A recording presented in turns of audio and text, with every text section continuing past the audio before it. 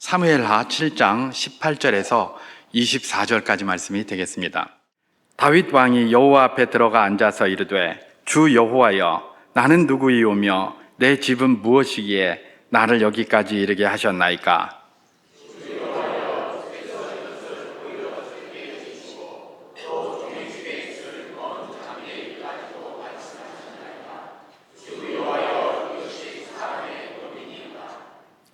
주 여호와는 주의 종을 아시오니 다윗이 다시 주께 무슨 말씀을 하오리까?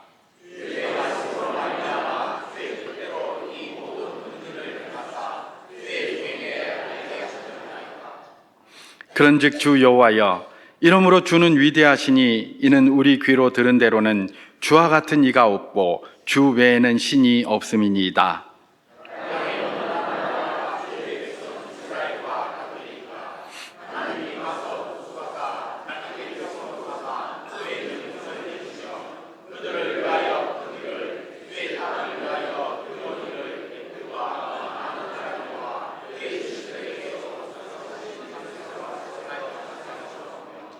함께합니다. 주께서 주의 백성 이스라엘을 세우사 영원히 주의 백성으로 삼으셨사오니 여호와여 주께서 그들의 하나님이 되셨나이다. 아멘. 오늘은 요즘 우리가 하고 있는 큐티 책에 성탄절 특별 본문이라고 이렇게 구분된 곳이 있더라고요. 그 중에서 첫 번째 성탄절 특별 본문 첫 번째에 해당하는 그 본문을 가지고 이렇게 메시지를 그렇게 한번 준비해 보았습니다. 오늘은 우리가 잘 아는 것처럼 교회력상 추수감사주일인데 우리가 찬송가 429장을 부르면서 그렇게 예배를 시작을 했습니다. 429장 후렴이 뭡니까? 받은 복을 헤어보아라, 그죠? 크신 복을 내가 알리라. 받은 복을 세어보아라. 주의 크신 복을 내가 알리라. 그렇게 얘기를 합니다. 그냥 아무 때나 그렇게 하는 것도 중요하지만 특별히 어떤 때 하라고요? 세상 풍파 너를 흔들 때, 그죠? 세상의 모든 것들이 너의 앞길 막을 때 뭔가 자꾸 브레이크 걸리는 것 같고 뭔가 자꾸 힘든 것 같고 뭘 잘 안 되는 것 같고 이럴 때 특별히 더 생각해 보라고 찬양을 하는 겁니다. 왜 그럴까요? 그때 되면 도대체 하나님이 뭐 하시는지, 지금까지 뭘 하고 계셨는지 이렇게 생각할 가능성이 사람들에게 많이 있습니다. 그러니까 그럴 때 그냥 주저앉지 않고 룻의 시어머니 나오미처럼 그냥 불평하면서 하나님 앞에 나왔던 그런 모습처럼 그럴 때 오히려 하나님은 과연 가만히 계셨는가? 하나님은 과연 나에게 아무 복도 안 주셨는가? 하나님은 그냥 나를 이렇게 고통스러운 곳에 던져버리고 마시는가? 이런 것들을 한번 생각해 보라는 겁니다.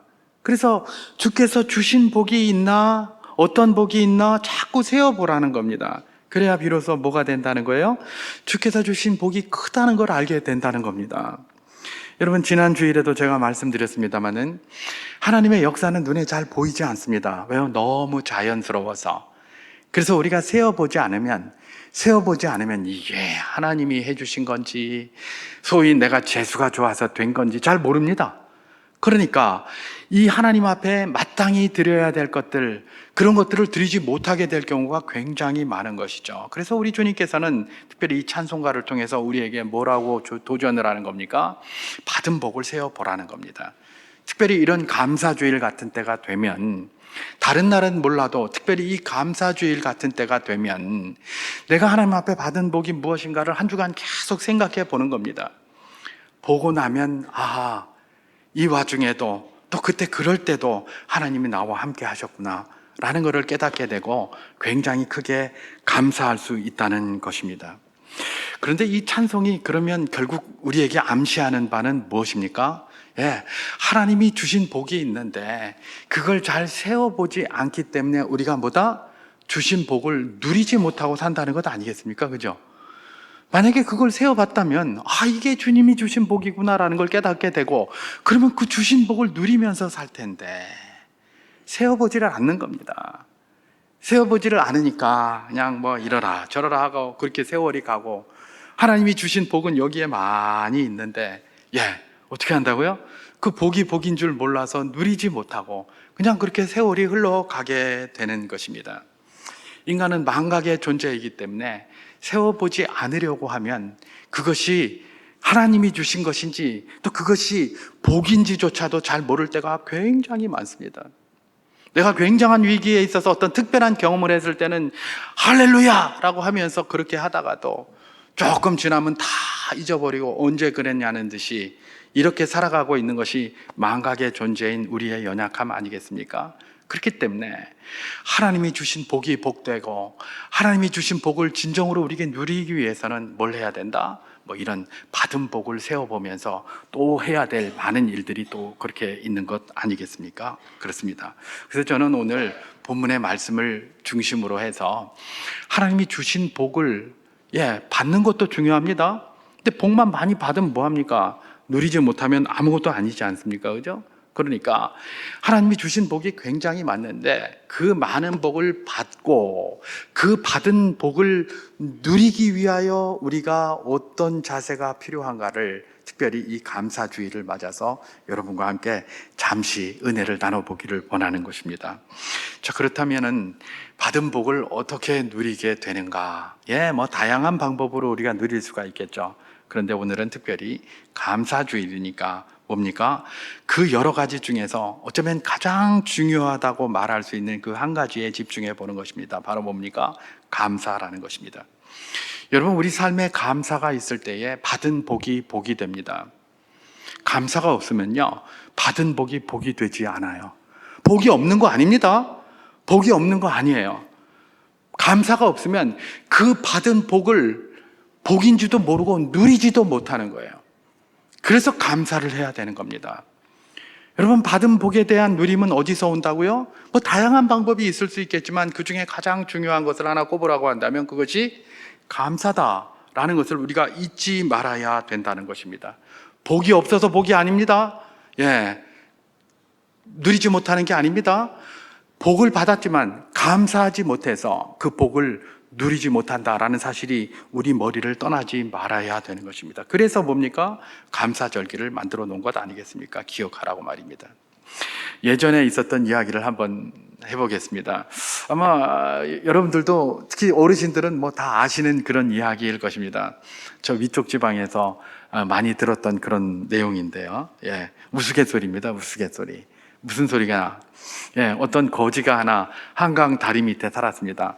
한강에 다리가 여러 개가 있는데 어떤 다리인지 모르겠습니다. 그게 무슨 천호대교인지 강동대교인지 성수대교인지 모르겠는데 어쨌든 그 다리 밑에 하나 살았다고 그래요. 그래서 이제 다리 밑에서 이렇게 살면서 거기에다 이렇게 조그맣게 자기가 터전을 이렇게 마련하지 않았겠습니까? 그래 놓고 이제 국어를 하러 다니는데 국어를 하러 어디를 다녔냐? 강을 건너서 이제 이 다리를 쭉 건너서 자기는 이쪽에 있고 쭉 건너서 이쪽에 가서 이제 국어를 하고 이렇게 살았습니다.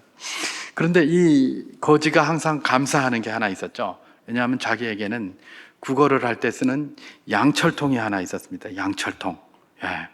여러분, 우리 속담에 동량은 못 줄지언정 쪽박은 깨지 마라 이런 속담 있잖아요. 그죠? 다른 사람들은 국어를 하러 다닐 때 쪽박을 들고 다니는데 그래서 막 국어를 하는 사람이 동량 주는 사람이 화가 나서 쪽박을 발로 밟아서 깨뜨려 버리고 이럴 때도 많은데 자기는 양철통을 들고 다니니까 말입니다. 깡통. 요즘이야 깡통이 흔해서 아무 데나 가도 있지만 이전에는 깡통 진짜 비쌌습니다. 그 미군 부대 같은 데서 깡통 나오는 거 이거 하나 얻으면 굉장한 거였어요. 저는 어렸을 때 와이셔츠 박스, 이 종이로 됐는데 위에 그 투명한 비닐로 덮여있는 와이셔츠 박스 하나 얻으면 그야말로 최고였습니다. 왜냐하면 곤충 채집할 수 있거든요. 거기다가 이렇게 집어넣을 수 있으니까. 그런 게 없었어요. 길바닥에 뭣도 하나 잘 없었어요. 자석으로 다 끌고 다니면서 이래가지고 그거 주워다가 고물상에 팔고, 물론 저는 촌놈이라서 그렇죠. 근데 그렇게 살았어요. 그러니까 깡통이 귀할 때에 자기한테는, 다른 사람은 쪽박, 이게 바가지 이거 들고 다니는데 자기는 깡통 들고 다니면서 그 국어를 했으니 얼마나 탄탄하겠습니까? 찌그러질지언정 부서지진 않잖아요. 그죠? 그러니까 그 깡통을 너무 고맙게 생각하면서 그걸 들고 늘 국어를 하러 다녔습니다. 근데 어느 날부터인가 긴 장마가 시작이 됐습니다. 비가 계속 내리니까 국어를 할 때도 없고 국어를 하기도 힘들고, 그래서 이제 왔다 갔다 하다가 어떻게 합니까? 집에 와서 이렇게 자기가 만든 집에 와서 들여다보면 강물이 자꾸 끓고 있는 겁니다. 이렇게 콸콸콸콸 물이 내려가고 그러니까 끓고 있으니까 야, 이거 저러다가 이거 내가 떠내려가는 거 아닌가 겁도 나기도 하고 말입니다. 그러다가 어떻게 한 겁니까? 구걸에서 얻은 그 동양에서 얻은 돈이 조금 있어서 그걸 가지고 주택복권을 산 겁니다. 주택복권. 요즘 주택복권이 있습니까? 주택복권을 하나를 샀어요. 주택복권 하나 사가지고, 야, 이제 그거 이제 발표한 날만 이제 기다리면서 막 이렇게 있었습니다. 그런데 발표할 날이 딱 돼서 이제 발표 한번 확인하러 가봐야 되겠다. 그리고 이제 막 강물이 콸콸 이렇게 내려가는데 겨우 이렇게 벗어나가지고 다리 위로 쭉 건너서 자기가 늘 동냥하러 가던 그곳으로 이제 확인을 하러 갔습니다. 확인을 하러 가서 딱 주택복권 이걸 보니까 자기가 500만 원에 당첨이 된 겁니다. 500만 원이 1등입니다. 1등 복권에 딱 당첨된 거예요. 지금은 뭐 500만 원 그거 뭐 얼마나 되냐? 무슨 말씀이에요? 그 당시에 500만 원이면 서울에서 아파트를 하나 샀습니다. 예. 그럴 때였어요. 그러니까 500만 원에 딱 당첨이 된 겁니다. 자기 눈을 의심하면서 막 닦고 이러면서 보니까 그래도 당첨이 된 거예요. 그래가지고 그걸 다 깡통 자기 옷은 다 누더기니까 넣을 데가 없으니까 자기가 들고 다니는 구걸하는 깡통에다가 탁 넣고 그걸 찍고 이제 한강을 딱 건너서 자기가 사는 쪽으로 내려옵니다. 탁 내려오는데 그동안 그렇게 막 며칠 동안 장마가 돼서 우중충하고 이러던데 갑자기 하늘에 구름이 샥 걷히면서 맑은 햇빛이 쫙 내려오는 겁니다. 기분이 얼마나 좋겠습니까? 그러면서 한강 다리를 중간쯤 딱 건너오다가 깡통을 딱 보니까 이제 내가 이게 뭐가 필요하겠노? 그러면서 어떻게 했다고요? 깡통은 이제 필요 없다 하면서 그냥 한강에다 팍 던져버렸습니다. 예. 그럼 어떻게 됐다고요? 그 속에 뭐가 있죠?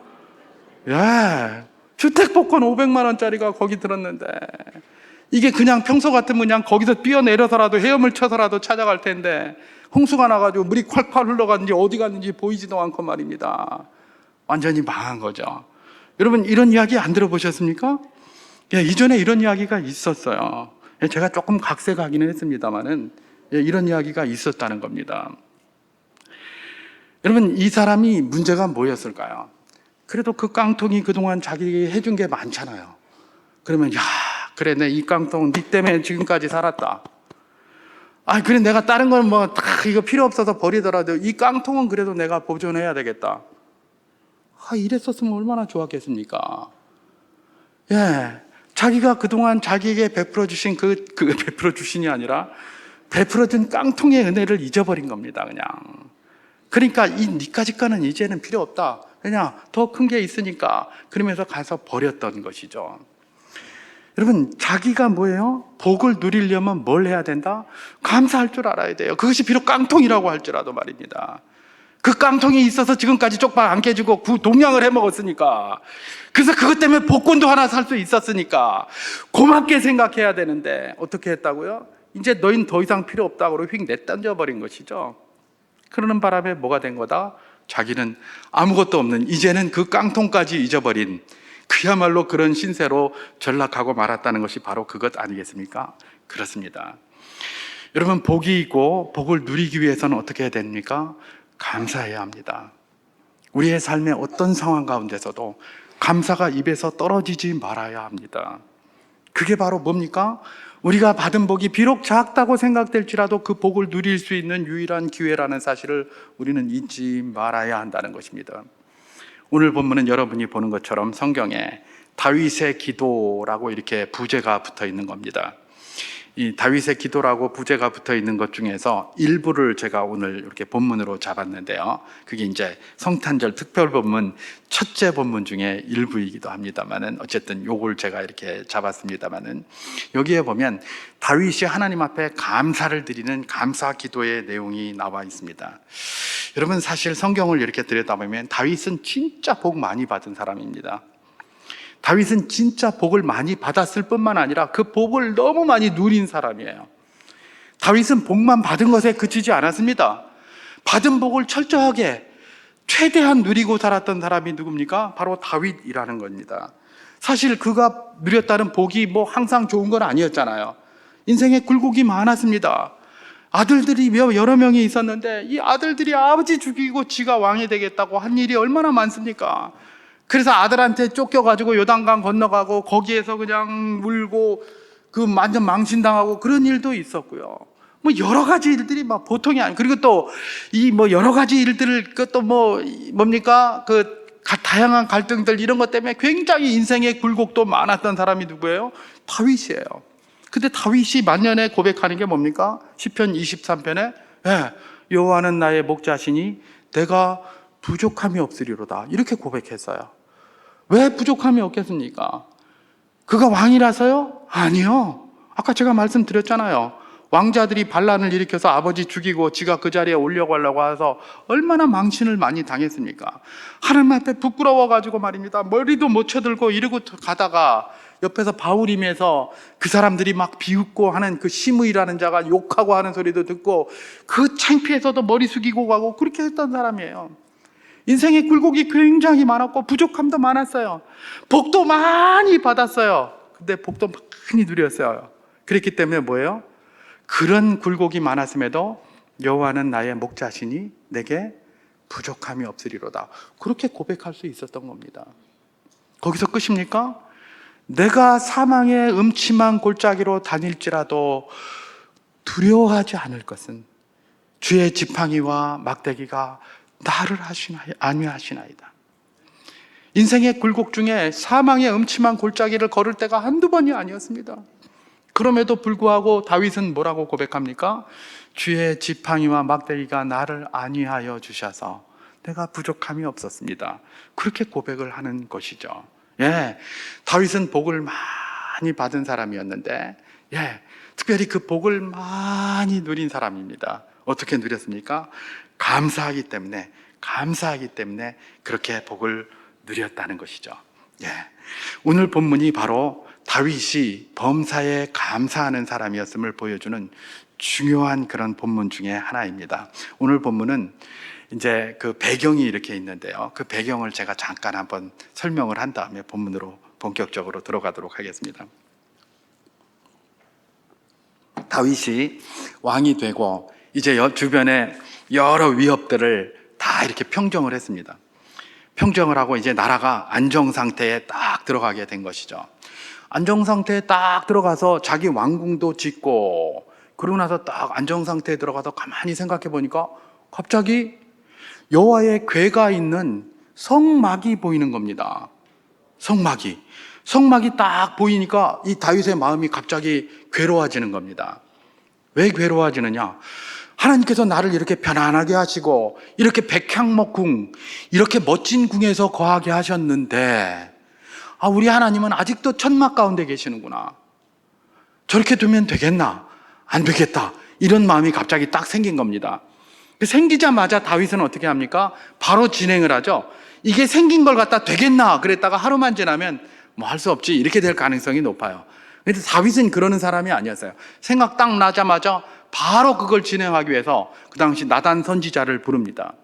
선지자를 불러가지고 뭐라고 얘기를 하냐? 선지자님, 내가 이렇게 가만히 이렇게 하나님께서 나에게 큰 복을 주셨는데 내가 가만히 생각해 보니까 나는 이렇게 백향목궁전에 앉아서 왕노릇하고 앉았는데 하나님은 저 천막 가운데 있구나. 이거 어떻게 했으면 좋겠습니까? 그래서 내가 고민을 하다가 성전을 좀 지었으면 좋겠습니다, 이렇게 얘기를 합니다. 나단 선지자가 그걸 들으니까 다윗의 마음이 너무 아름답지 않습니까? 그죠? 그러니까 나단이 뭐라고 얘기를 합니까? 왕이 하고 싶은 대로 하십시오 라고 그렇게 얘기를 합니다. 그리고 그 궁궐을 빠져나오죠. 그런데 궁궐을 빠져나온 이 나단 선지자가 저녁 때 딱 집에 돌아갔는데 갑자기 하나님께서 나단에게 나타나시는 겁니다. 나단에게 나타나셔서 뭐라고 얘기를 하느냐? 나는 그냥 천막에 있겠다. 천막에 있는 거 내가 별로 그렇게 신경 쓰지 말라. 나는 천막에 있겠다. 그 대신에 다윗의 마음이 참 아름다우니 다윗에게 가서 내 약속의 말을 전해줘라. 그렇게 얘기를 합니다. 그래서 나단에게 뭐라고 전했느냐? 이제 네 왕위가 네 자손을 통해서 계속해서 이어질 것을 하나님이 약속을 해주시고, 그 다음에 두 번째는 성전은 네가 아니라 네 아들이 짓게 될 것이다 라고 그런 약속을 두 개를 딱 줘요. 그러니까 나단이 그걸 하나님 앞에 들었으니 그걸 다시 다윗에게 이야기해 줘야 될 것 아닙니까? 그래서 다윗에게 온 거예요. 하나님께서 그냥 천막에 계시겠답니다. 그러니까 그렇게 해도 괜찮다고 하십니다. 그런데 왕이 그 마음이 너무 아름다워서 하나님께서 특별한 복을 왕에게 더 주시기를 원하시는데, 그게 뭐냐? 당신의 왕의 왕위가 자손에 의해서 계속해서 이어질 거라는 약속을 주셨고요. 그리고 뭐예요?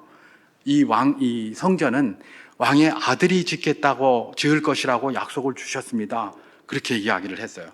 그러니까 이 소리를 듣고 난 다윗이 얼마나 감사했는지 말입니다. 그 감사한 내용이 어디에 있습니까? 오늘 본문 사무엘하 7장 18절에서 19절까지 말씀입니다. 제가 한번 봉독해 보도록 하겠습니다. 다윗 왕이 여호와 앞에 들어가 앉아서 이르되, 주 여호와여, 나는 누구이오며 내 집은 무엇이기에 나를 여기까지 이르게 하셨나이까?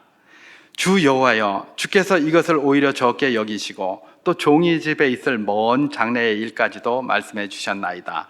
주 여호와여, 이것이 사람의 법이니이다. 이렇게 얘기를 합니다. 다시 말해서 이런 말입니다. 너무 감사해가지고 하나님이 그 약속을 다윗에게 주니까 다윗이 어떻게 합니까? 거기에 그냥 다시 또 하나님 앞으로 나아갑니다. 그리고 거기에서 꿇어 앉아서 이렇게 얘기합니다. 주 여호와여, 나는 누구고 내가 무엇이기에 나를 여기까지 왕이 돼서 여기까지 이르게 하셨나이까? 그러면서 뭐라고 얘기를 합니까? 이것을 오히려 적게 여기시고, 이것만 해도 자기는 충분한데 이걸 오히려 적게 여기시고 아직 있지도 않을 먼 장래의 일까지 내게 말씀해 주셨습니다. 너무나 감사합니다. 그러는 겁니다. 그러면서 이것이 하나님의 은혜입니다. 감사합니다라고 그렇게 기도하고 있는 것입니다. 여러분, 여기서 이 다윗이 기도하는 이 기도의 내용을 그저 한마디로 이렇게 우리가 요약을 한다면 뭡니까? 다윗이 지금 감사 기도를 하고 있는데 무슨 감사를 기도를 하느냐? 다른 누구의 하나님이 아니라 다윗 하나님이 나의 하나님이 되신 것에 감사하고 있는 거예요. 부족한, 자격 없는 자기, 내가 누구이오며 내 집이 무엇이간데, 이렇게 이야기를 하잖아요. 그죠? 자격 없는 자기의 하나님이 되셔서 지금까지 인도해 주신 그것만 해도 감사한데 먼 장래의 일까지 내게 말씀해 주십니까? 하나님 감사합니다.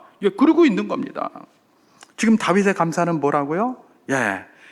자격 없는 자신의 하나님 되신 것에 대하여 아주 겸손한 마음으로 지금 다윗이 감사의 기도를 드리고 있는 것입니다. 흔히 말하는 것처럼 하나님께서 뭘 해주셔서 감사한 게 아닙니다. 하나님이 뭘 해주셨기 때문에 감사합니다, 이거 아닙니다. 다윗의 감사는 뭡니까? 하나님이 내 하나님이라 감사하다는 거예요. 다른 누구가 아니라, 다른 무엇이 아니라 하나님이 내 하나님 되어주셔서 감사합니다, 이러는 겁니다. 여러분, 하나님이 내 하나님이 대해서 감사하다, 여러분 그렇게 믿습니까? 아멘입니까? 그게 진짜입니다. 우리도 그걸 깨달아야 됩니다. 다른 무엇보다도 하나님이 내 하나님 되신 것에 대해서 우리는 너무 감사해야 됩니다. 여러분, 한번 생각해 보십시오. 세상에 얼마나 많은 신들이 있습니까? 지금도 그 많은 신들이 다 나를 믿어라, 내게로 오라, 다 그렇게 이야기를 하지 않습니까? 우리가 하는 대로 썩어질 것, 아무것도 아닌 그런 것들이 나를 믿어라, 나를 믿어라 해서 얼마나 많은 사람들을 유혹해 가고 있습니까? 그런데 우리는 누구를 믿습니까? 온 천지를 창조하시고 만왕의 왕이시고 세상에 섭리하시는 하나님이 우리의 하나님이에요. 더 많은 우상들도 있고 더 많은 신들도 있어요. 다 썩어질 그걸 믿는 사람들도 수도 없이 많아요. 그런데 우리는 누굽니까? 만왕의 왕이시고 세상을 창조하시고 온 우주를 창조하신 그 하나님이 우리의 하나님이라는 것 말입니다. 그거보다 더 감사한 게 어디 있단 말입니까? 다윗의 고백이 바로 여기에 있는 겁니다. 다른 무엇이 아니라 하나님이 나에게 뭘 해주셔서가 아니라 하나님이 내 하나님 되셨기에 내가 감사합니다. 세상에 많은 신들이 있는데 그 많은 신들이 나를 그렇게 유혹하는데, 그 썩어질 것을 쫓아다니는 사람도 그렇게 많은데 그 많은 사람 가운데 나를 붙들고 나의 하나님이 되셔서 감사합니다. 그 다윗의 감사 말입니다. 오늘 우리의 감사인 줄 믿습니다. 여러 가지 감사거리 중에서 하나님, 내 하나님 되신 것에 감사합니다라는 그런 감사가 우리 입술에 이번 한 주간 넘칠 수 있기를 주님의 이름으로 축원합니다. 그럼에도 불구하고 이런 감사는 아무나 할 수 있는 건 아닙니다. 우리가 하나님 앞에 감사합니까? 우리 하나님 되신 거 감사합니까? 이렇게 질문할 때 아멘으로 응답하셨습니다. 여러분, 이게 굉장히 귀한 거 아시죠? 아무나 이런 대답을 할 수 있는 건 아니기 때문에 그렇습니다. 사실 이런 감사는 사도 바울처럼 나는 그야말로 죄인 중에 괴수인데 이 나 같은 사람을 하나님께서 쓰셨습니다라고 고백할 줄 아는 겸손한 사람만 고백하는 답이 바로 이런 답입니다. 하나님이 내 하나님 되셔서 감사합니다 할 수 있는 겁니다. 여러분, 겸손하게 하나님 앞에 나아가지 않는 자, 내 자신이 비천한 자가 아니라고 생각하는 사람은 그렇게 하기 쉽지 않아요. 굉장히 어려워요. 여러분, 다윗이 어떤 사람입니까? 특별한 사람입니다. 그죠? 다윗은 자기 집안이 어떤 집안이냐? 이세의 집이었잖아요. 그죠? 이세의 아들 8명 중에 다윗이 마지막 막내였습니다. 그죠? 근데 집에서도 별로 인정받지 못한 사람이 누구예요? 다윗이에요. 그죠? 형들은 다 인정받고 그러는데 다윗은 인정도 제대로 못 받고 또 형들한테도 맨날 그냥 막 조롱받고 이랬던 왕따 당하고 이랬던 사람 다윗 아닙니까? 그죠? 다윗이 뭐 좀 하려고 그러면 다 못하게 하고 말입니다. 형들이 다 하고 말입니다. 그 형들은 다 건장하고 멋지고 잘생겼거든요. 그 당시의 관점에서 등치도 크고. 근데 다윗은 조그맣고 얼굴도 붉고 요즘 말하면 뭐예요? 꼭 여자같이 생긴 거예요. 아주 예쁘게 꽃미남 같이 생긴 거예요. 그러니까 이 어른이나 아버지나 뭐 형들이 봤을 때 이게 뭐 남자가 이럴러 이 등치가 이래서 되겠나? 이게 뭐 꽃미남이고 요즘이야 꽃미남이 힘이 뭐 잘생겼다고 하지만 옛날에 꽃미남이 어디서 누구한테 명함을 한번 내밀겠습니까? 그죠? 옛날에는 막 등치도 있고 우락부락하고 힘도 세고 완력의 시대 아닙니까? 그래야 되는데 다윗은 그것도 아니에요. 꽃미남이에요. 이게 꽃미남. 그러니까 아버지한테도 인정 못 받아요. 그러니까 맨날 뒤에 허드렛 일이나 시키려고 하고 또 형들한테 맡긴 걸 형들이 네가 해라 그러고 자기들은 가버리고 그러니까 혼자 일하다가 사자나 곰이 오면 돌팔매 물맷돌 던져가지고 어쨌든 자기가 살아남아야 되니까 그렇게 하는 것 아닙니까? 그게 다윗이에요. 늘 그냥 집안에서도 왕따 당하고 별로 인정받지 못하고 비실비실하고 이랬는데 그 다윗이 누구까지 된 겁니까? 부마가 되더니 결국은 왕까지 됐어요.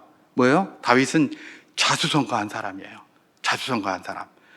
여러분, 제가 왜 이런 이야기를 합니까? 이쯤 되면 그 사람들이 어떤 사람이 될까요? 대충 교만합니다. 그죠? 내가 여기까지 온 거는 내가 열심히 해서 왔지. 내 누구? 네 말대로 해라. 내 말대로 안 하면 뭐라 카노 내가 다 해봤는데 이러면서 말입니다. 굉장히 교만합니다. 감사할 줄 몰라요. 봐라 내가 하라는 대로 안 하니까 이러는 거 아이가? 말 좀 들어라. 이런단 말이에요. 이게 누가 하는 말이에요? 다윗이 했을 법한 말이에요. 다윗이 했을 법한. 그 사람은 자수성가한 사람이에요. 자수성가해서 집안의 왕따에서 왕까지 올라간 사람이에요. 그것도 그냥 왕이 아니에요. 남북을 통일시킨 통합왕국의 왕이에요. 그리고 여기에만 왕이 아니에요. 주변에 다 평정까지 다 했어요. 그러니 이게 역사의 위대한 왕으로 남아있는 것 아닙니까? 이스라엘이 지금도 다윗은 높이고 있지 않습니까? 그러니까 굉장히 위대한 왕이고 그런 업적을 굉장히 많이 남긴 왕이에요. 자수성가해서 말입니다. 자기 아버지가 왕이라서 물려받은 것도 아니에요. 자수성가해서 그렇게 이어간 거예요. 이미 왕이 있는데 그 왕 말고 자기가 왕이 된 거예요. 이런 경우가 그렇게 많지 않지 않습니까? 그렇다고 다윗이 무슨 쿠데타 일으킨 것도 아니에요. 그렇잖아요. 그럼에도 불구하고 거기까지 올라왔다면 이건 보통의 능력으로 올라올 수 있는 게 아닌 것이죠. 그 정도 자수성가 했으면 말입니다. 뭡니까? 감사 잘 할 줄 모릅니다. 하나님이 해준 거 말하다가도 뭐라 카노 내가 열심히 했지 이런 생각이 드는 거예요. 그런데 어떻게 합니까? 다윗은 뭐라고 이야기를 하느냐? 오늘 보십시오. 내가 누구이며 내 집은 누구이기에 이렇게 얘기를 합니다. 하나님, 내가 자수성가해서 여기까지 온 게 아니라 내가 누굽니까? 원래 집안에서 비천한 자였습니다.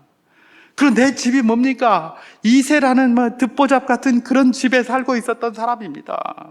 그런데 우리가 근데 여기까지 주께서 인도해 주셨나이까? 주님이 내 하나님 되심에 감사합니다. 그러는 겁니다.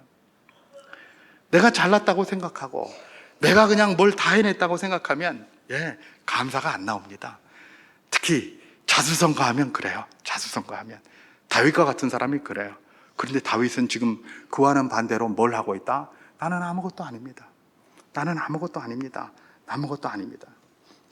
여러분, 그러니까 자기가 왕자리에 앉은 게 자기의 특권이나 이런 것처럼 생각되지 않고 오히려 그 자리가 두렵고 오히려 그 자리가 감사함으로 다가오는 것 아니겠습니까?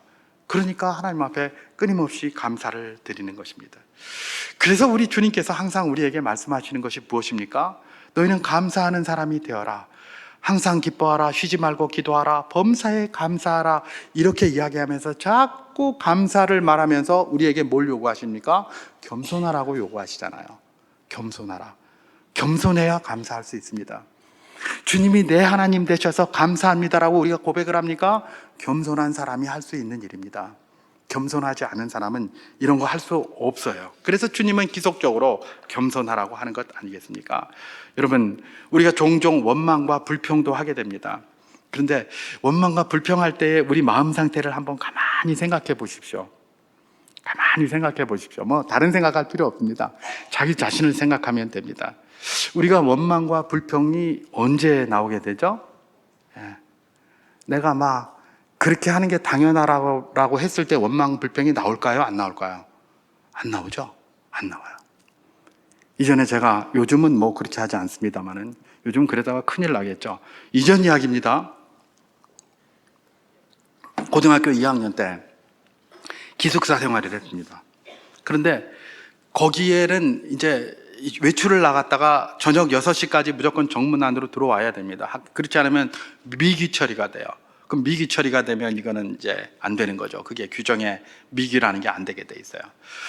그런데 제가 구미 시내에 뭘 사러 나갔다가 이 버스가 안 와가지고 버스 타고 도착을 했는데 이게 이제 딸랑딸랑 하는 겁니다. 한 5분 정도밖에 남지 않았는데 그 학교는 또 땅덩어리가 커가지고 그 뒤에 그 버스 내린 데서 정문까지 가려면 한참 가야 됩니다. 도저히 안 되겠더라고요. 그래서 막 뛰어가가지고 딱 살펴보고 선배들 없나 딱 살펴보고 후문으로 딱 들어갔습니다. 근데 후문 뒤에 딱 그 선배들 있잖아요. 왜 그런 선배들 딱 있다가 네 요리 왔나? 딱 갔어요. 그러니까 점호 끝나고 녹지대로 나와 이러는 거예요. 거기 9시 점호를 하거든요. 점호 끝나고 그 녹지대라고 가운데 큰 정원이 하나 있습니다. 거기로 나와. 딱 나갔습니다. 딱 나가니까 그 선배들이 몇 명이 딱 있습니다. 막 때립니다. 그런데 어겼다고. 제가 거짓말 안 하고 이 아래 이만큼이 시커멓게 멍들 때까지 맞았어요. 그래서 기숙사에서 밥을 먹잖아요. 밥을 먹으면 여기가 뜨끔뜨끔합니다. 밥이 넘어갈 때. 그렇게 맞았어요. 그렇게 맞아도 저는 선배들 원망 하나도 안 했어요. 왜냐? 내가 잘못했기 때문에. 내가 잘못했기 때문에 선배들한테 맞았다. 맞아도 싸다. 이렇게 생각을 했었어요. 선배들 원망 한마디도 안 했어요.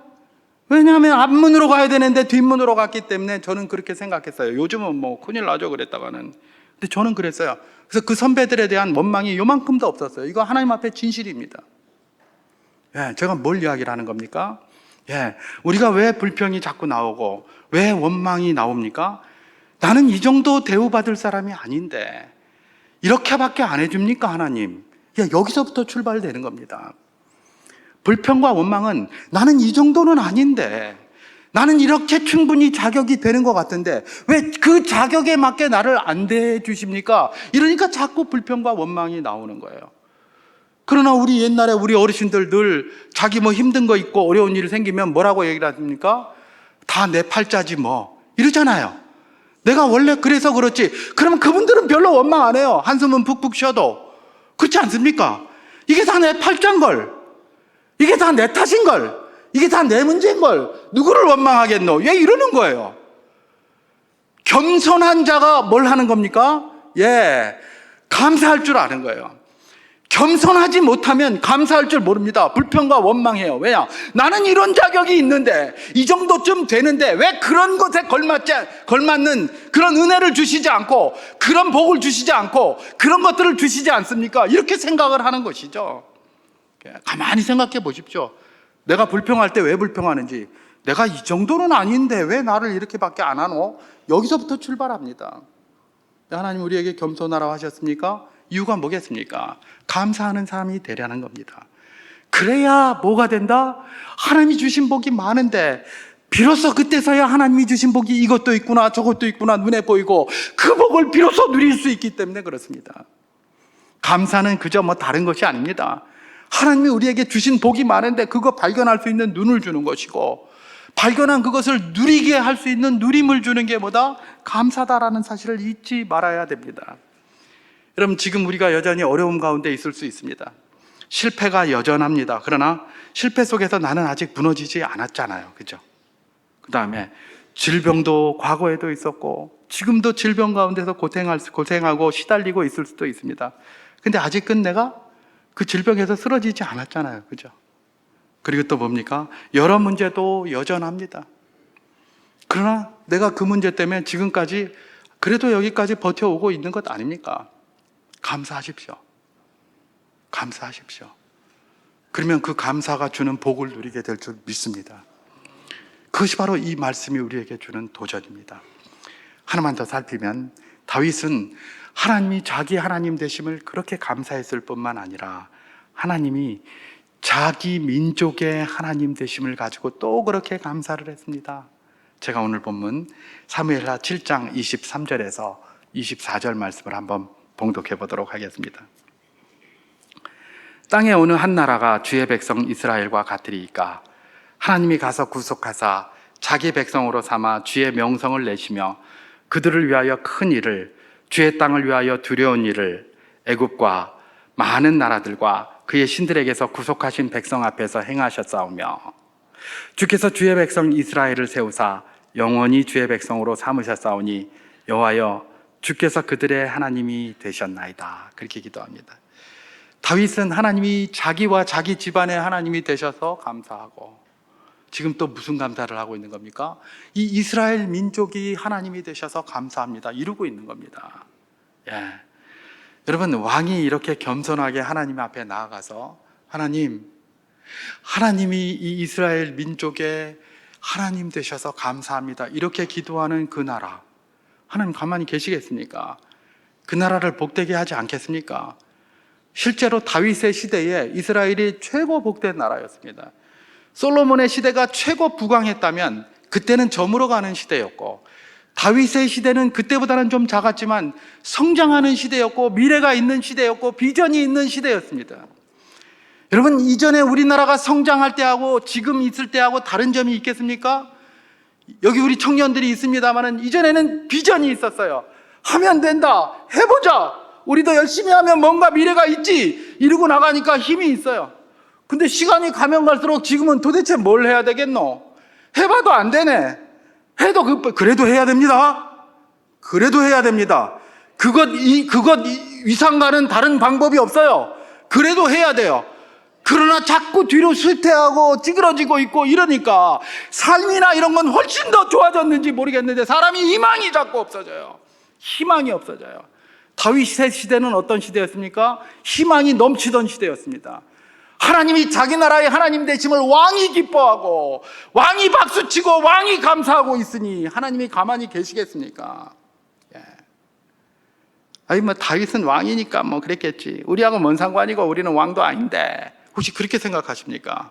아닙니다. 베드로를 통해서 하나님이 우리에게 뭐라고 말씀해 주셨습니까? 너희는 택하신 족속이요 왕 같은 제사장이라 하셨습니다. 우리 모두는 하나님 앞에서 이 세상의 왕입니다. 믿으시기 바랍니다. 믿습니까? 그렇습니다. 우리가 왕입니다. 그렇기 때문에 뭘 기도해야 할까요? 뭘 감사해야 할까요? 하나님이 이 나라의 하나님 되신 것에 감사하는 것입니다. 그게 우리 자신뿐만 아니라 우리 다음 세대들을 위해서도 필요한 것입니다. 우리 다음 세대도 하나님을 이 나라의 하나님으로 믿고 살아야 될 것 아닙니까? 그렇지 않고 저 썩어질 것들을 믿어서야 되겠습니까? 그렇지 않습니까? 그런데 다윗은 지금 뭘 하고 있습니까? 하나님이 이스라엘 민족의 하나님이 되셔서 감사합니다, 이런 감사를 드리고 있는 겁니다. 왕이라서 그렇게 했다? 우리도 그렇게 해야 된다는 겁니다. 우리도 하나님께서 이 나라를 여전히 지켜주시니 감사를 드립니다. 우리 민족의 선배들이 정말 고통 가운데 주님을 믿고 또 선교사들의 그 복음을 받아서 그 수고 가운데 이 나라가 출발되어서 지금까지 오는 데까지 우리 하나님께서 눈동자와 같이 이 나라를 지켜주셔서 세상의 어느 나라에서도 볼 수 없는 그 엄청난 부흥과 부강을 이 땅에 이루게 하셨나이다. 주님이 이 나라의 하나님 되심 감사를 드립니다. 그렇게 하는 겁니다. 그게 우리의 감사거리가 되어야 할 줄 믿습니다. 뿐만 아니라 주님께서 우리가 이렇게 공동체로 모여있는 교회의 주인 되셔서 감사합니다. 그렇지 않으면 우리끼리 모여서 다 치고받고 맨날 자기 소견에 옳은 대로 할 텐데, 하나님이 이 교회의 주인이 되셔서 늘 이 교회를 기도할 때마다 지혜를 주시고 리더들을 통하여 인도하여 주시니 감사를 드립니다. 우리 리더들이 늘 주님의 은혜 가운데 깨어있기에 그들의 통치와 그들의 다스림이 나에게 기쁨이 되고 이것이 하나님의 영광이 되는 줄 믿기에 더욱더 감사를 드립니다. 말씀을 전하는 자가 하나님 말씀 알려고 몸부림치면서 전하기에 하나님의 뜻과 가까워지는 것 같아서 감사합니다. 그런 것 말입니다. 그런 것. 여러분, 우리가 뭘 받아서 감사하는 것, 그것도 필요합니다. 그러나 아무것 주시지 않은 것 같아도 하나님이 나의 하나님 되시는 것에 감사합니다. 하나님이 이 나라의 하나님 되신 것 감사합니다. 다윗과 같이 이런 감사로 나아가는 그것 말입니다. 그것이 우리가 받은 복을 누리게 하는 아주 중요한 단초라는 사실을 기억해야 할 것입니다. 감사의 삶, 감사주일 뿐만 아니라 늘 해야 되지만 특별히 감사주일을 주께서 지정해 주셨으니까 이번 한 주간 하나님이 주신 복을 세어보고 감사할 수 있는 우리 모두 될 수 있기를 주님의 이름으로 축원합니다.